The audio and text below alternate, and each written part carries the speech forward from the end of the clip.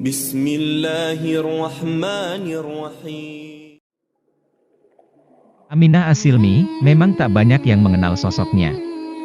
Ia adalah Presiden International Union of Muslim Women yang telah meninggal dunia pada 6 Maret 2010 lalu, dalam sebuah kecelakaan mobil di Newport, Tennessee, Amerika Serikat.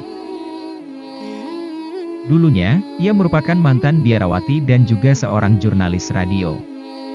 Perjalanan Aminah menuju Islam cukup rumit, karena setelah bersyahadat ia pernah diancam akan dimasukkan ke dalam rumah sakit jiwa, bahkan ia juga pernah mendapatkan ancaman akan dibunuh. Namun, ada hal unik yang menjadi awal mula Aminah As-Silmi mengenal Islam, yakni berawal dari kesalahan kecil sebuah komputer. Sewaktu muda, ia dikenal sebagai gadis yang cerdas dan unggul di sekolah sehingga dia mendapatkan beasiswa. Suatu ketika, ada kejadian menarik tatkala ia memasukkan data registrasi mata kuliah ke komputer di kampusnya.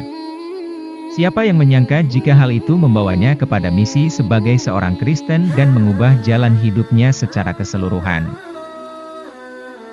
Pada waktu itu, sebenarnya ia telah mendaftar untuk ikut sebuah kelas dalam bidang terapi rekreasional, namun komputer salah mendata, ia malah dimasukkan dalam kelas teater.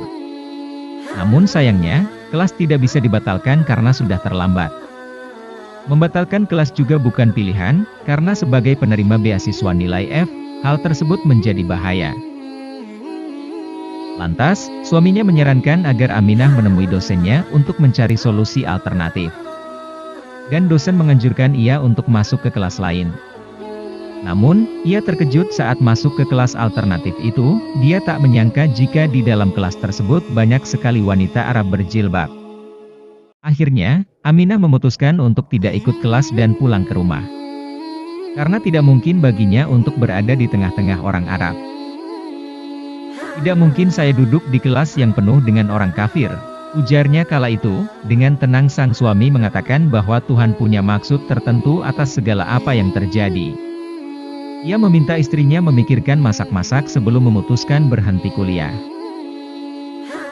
Selepas itu, ia mengurung diri selama 2 hari untuk berpikir, hingga akhirnya ia berkesimpulan, mungkin itu adalah petunjuk dari Tuhan, agar ia bisa membimbing orang-orang Arab untuk memeluk Kristen.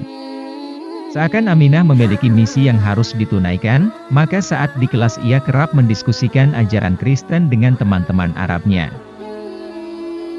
Saya memulai dengan mengatakan bahwa mereka akan dibakar di neraka jika tidak menerima Yesus sebagai penyelamat. Mereka sangat sopan, tapi tidak pindah agama. Kemudian saya jelaskan betapa Yesus mencintai dan rela mati di tiang salib untuk menghapus dosa-dosa mereka, namun, teman-teman di kelasnya tidak mau berpaling dari Islam, sehingga ia memutuskan mempelajari Al-Quran mencari kelemahan Islam dan ingin membuktikan jika Nabi Muhammad bukanlah seorang nabi. Ia pun melakukan penelitian selama kurang lebih 1,5 tahun dan membaca Al-Quran tersebut hingga tamat. Secara tak sadar ia semakin tertarik, hingga perlahan ia berubah menjadi seseorang yang berbeda. Suaminya pun memperhatikan hal itu, melihat perubahan istrinya, sang suami mengira jika ia selingkuh. Hingga suaminya tak tahan, dan ia diminta meninggalkan rumah serta tinggal di apartemen yang berbeda. Namun, ia tetap tak berhenti untuk terus mempelajari Islam lebih dalam. Meski saat itu dirinya belum melepas ketaatannya pada agama awal. Hingga akhirnya, hidayah itu datang. Pada 21 Mei 1977, seorang Kristen yang taat ini mengucapkan 2 kalimat syahadat, "Saya bersaksi bahwa tidak ada Tuhan selain Allah dan Muhammad adalah utusannya."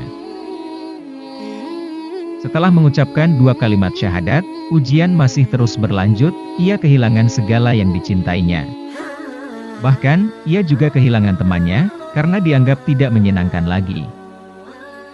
Mengetahui hal tersebut, ibunya tidak bisa menerima dan berharap itu hanyalah semangat membara yang akan segera padam. Ia dikira gila oleh saudara perempuannya. Bahkan, sang ayah yang biasanya lemah lembut, juga berubah.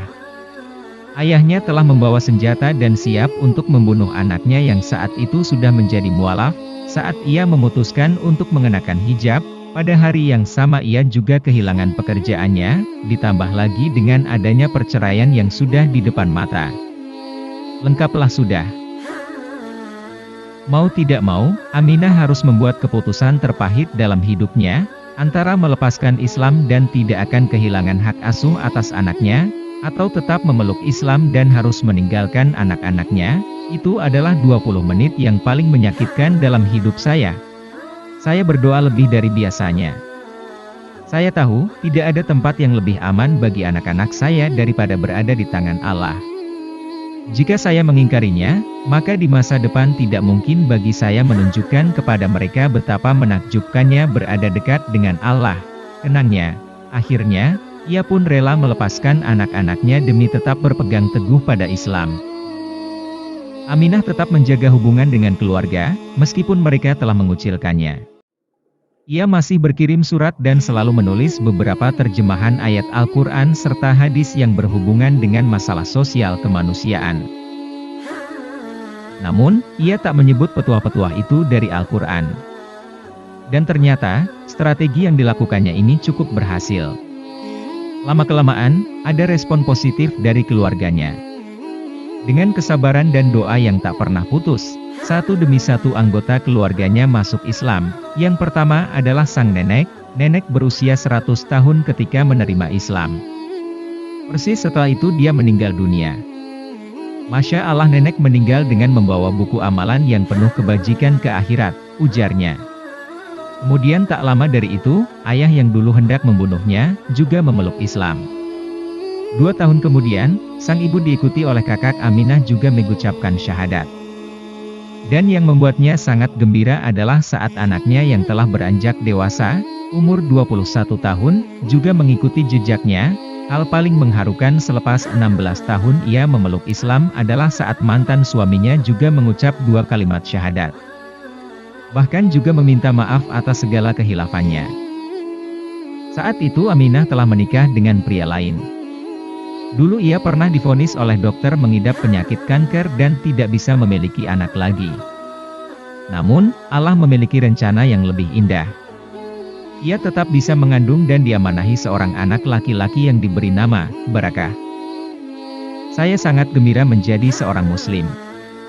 Islam adalah hidupku. Islam adalah irama hatiku. Islam adalah darah yang mengalir di sekujur tubuhku. Islam adalah kekuatanku. Islam telah membuat hidupku sangat menyenangkan.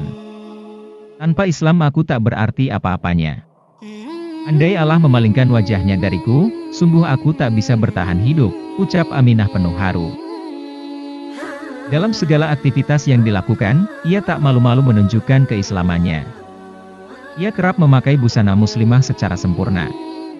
Sesuatu yang aneh sebenarnya bagi warga di Amerika, di mana wanita umumnya gemar mempertontonkan aurat mereka.